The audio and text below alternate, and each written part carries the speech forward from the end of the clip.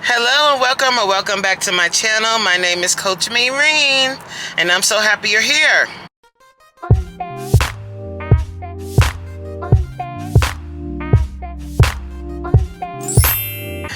Before I just jump in, let me just introduce myself to people that might not know. If this is the first time you're seeing my face, I am a plus size fitness coach, and on this channel we talk about fitness, we talk about weight loss, we talk about staying consistent, and I just try my best to offer motivation, to offer advice and encouragement to people that might be on their fitness journey or people that have been on their fitness journey for a while and just need that extra boost. Hey girl, welcome. So if you like what you see today, please feel free to subscribe to the channel. Go ahead and join the tribe. Drop down in the comments and say, hey girl, hey Coach Reen. And like the video, share the video with a friend that also may be going through or working on their fitness. Because that's what we're about over here. We're about working on our health and self-care, honey. Taking the trip that you need to take. You know, taking care of yourself. That's primarily what we do here. So anywho, guys, I'm on my way to work now. And I was watching a lot of the Grammy coverage that happened on Sunday night, you know. So Beyonce won Album of the Year. I don't know if you guys care. So let me explain, guys. I'm not really like a celebrity watcher like that. I'm more of a moment. I care about the moment. So it's Black History Month, right? And the Grammys just ended up being really black. Album of the Year, Black Woman. Record of the Year, Black Man. Song of the Year, Black Artist. And when I see that, I'm just like, you know, really, I just feel proud. You know, we've been through a lot in this country as African Americans, and then with the current climate of the DEI conversation and the banning of DEI and all of that stuff, and not wanting diversity to be a thing anymore, and then for this to happen at the Grammys, even though the Grammys, the institution of the Grammys wasn't made for us, but it's funny how we come through and we take over, right? So I was just feeling a moment of black pride, and that's okay, guys. Like sometimes we feel like we have to quiet our black pride, and I don't think that we have to. I think we should be proud of our blackness, and the reason for that is because of our history. We have been ostracized because of our skin color. I can do a whole video talking about how I was treated growing up because of my skin color, because I'm a dark-skinned person, and how colorism is permeated throughout my childhood and early adulthood. It wasn't until I embraced my skin color that things changed, you know. Because obviously, as you can tell, I'm a dark-skinned woman, and now I'm completely fine with my dark skin. But growing up in the 80s, in New York City in the 80s, dark-skinned black girl, oh child, I was every dark black, all kinds of names. I can't even think of the names now because that doesn't define me at all. Now I'm actually, you know what they say, the darker the berry, the sweeter the juice, right? That man. But anyway, so I just was feeling a moment of pride. It's not so much, oh, Beyonce, Beehive. I'm definitely not that. I'm not a Beehive member, but I'm definitely proud of her accomplishments. I'm proud of the accomplishments of everyone else. And it's inspiring to me when I see things like that. I know that it requires a lot of hard work to get to that level. And I'm always, I'm going to root for people that work hard. I'm telling you, boy, if I could work remotely, like guys, I don't mean to complain. I said I was going to stay positive. But what is the point of us having to come into, like, what is the, you know what I'm going to do all day today? I'm on my computer all day. You know, like I'm on my computer all day in meetings on Teams. And I'm like, I could totally be doing this from home. I would prefer to just be able to stay at home and do my job. I would do my job to the best of my ability from my house. I don't know if you guys feel that way too. I'm sure some of you do.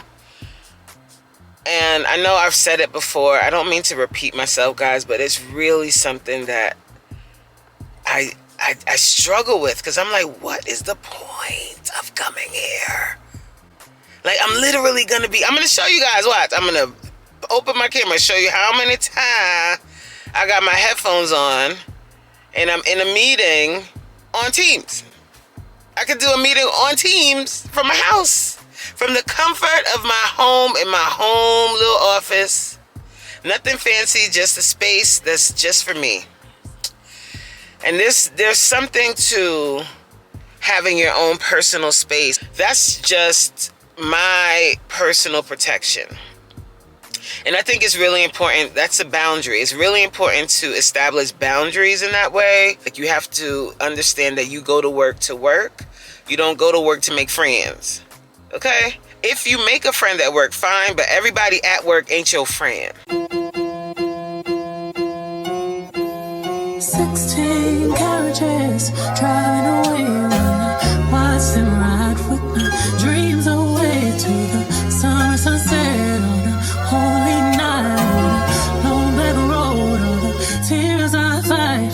16 carriages driving away while I watch them ride with my dreams away to the summer sunset on a holy night on a long black road. All the tears I fight. At 15, the innocence was gone astray. Had to leave my home at an early age. I saw mama praying, I saw daddy grind. All my tender problems had to leave behind. It's been umpteen summers and I'm not in my bed, on the back of the bus in a bunk with the band. Going so hard, gotta choose myself. Underpaid and overwhelmed. I might cook clean but still won't fall. Still working all my life, you know. Only God knows, only God knows, only God knows. We're done. We're finished with work. So now it's part 2 of the adventure. So guys, I did not share with you guys the little playlist. So you know how I normally do like a few clips from my class each day? Yesterday, I didn't do that. Because it's Black History Month. So I want to, you know, I want to be blickety black for Black History Month.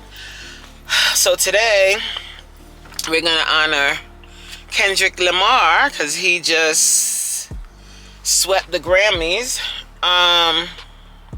And he's doing the Super Bowl on Sunday. We as a people have to unite. Not only do we have to unite for our freedom, or for whatever freedom looks like in our community, for our financial benefit, also our health. We are disproportionately unhealthy. We have a higher rate of diabetes, a higher rate of high blood pressure, all of those things. And I know a lot of it is attributed, or some of it, I can't say a lot, some of it is attributed to stress. And the stress of being black is a thing. Like the stress of worrying about your son when he's driving, that's a thing. The stress of worrying about where your next meal is coming from. The stress of worrying about if you're going to be fired in this climate. Like, these are real things, and stress adds extra cortisol to our system, and that that attributes to the belly fat that accumulates in your belly. In addition to the poor diet, in addition to in the inner cities, we have a lack of healthy food options. All we got is liquor stores, little corner stores like this, and then all them bootleg fried chicken places, fast food places. Then when you go to the supermarket, the produce is spiked. Like, these are the things that we need to be concerned about in our own communities. I think we need to focus more on our health. That's so important. Like, that is how we're losing so many people, because we're eating poorly. We think eating all of this soul food and stuff like that is cool. It's not cool to put butter on everything and salt all over your stuff. That's what we need to be focused on, improving ourselves, getting healthier, changing our palates. Stop purchasing all of these processed foods. Like, that's what we need to focus on. Raise shoulders back. I am a sailor. We're going to start with a combination exercise, a deadlift into a bicep curl. So bring it down. Second exercise we've got are drag curls. 2, 3, 4, come on! And then we'll end the circuit with narrow rows. 5, 6, 7,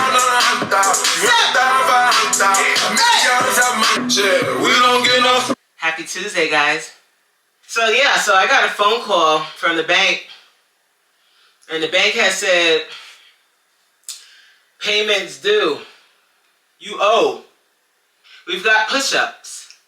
No, come on! She eyeing me like a don't exist. Girl, I know you want it. Girl, beat your ass and hide the Bible if God watching. Sometimes you gotta pop out and show. If I boogie, man, I'm the one that up. I ain't wanna be with you. Just know me. Only want the love inside there. Some of y'all go get washed. Some of y'all just go hard. So guys, we've come to the end of another video. I thank you guys for the positive words on the post, the video I posted about how I'm feeling about my daughter's upcoming birthday. Yeah, she would have been 22 years old. Like, it's really, really, really, really, really sad. But I thank you guys for all the positive words, you know what I mean? And I really hope that me sharing my story and sharing my pain, I hope that it inspires someone, because they see me still pushing forward, still living with a purpose. And I hope that it inspires them to do the same. That's what this is all about. You know, I speak about my pain, but I don't speak about my pain for sympathy. I don't want you to feel sorry for me, because I don't feel sorry for me. I get sad because I miss my baby girl, but I use my pain to push me forward, to make me get up, to make me do these things, to make me push towards the best version of me, to not make excuses. You understand? Because I realize and I understand wholeheartedly that in a moment it could be all over. And what legacy are you leaving behind?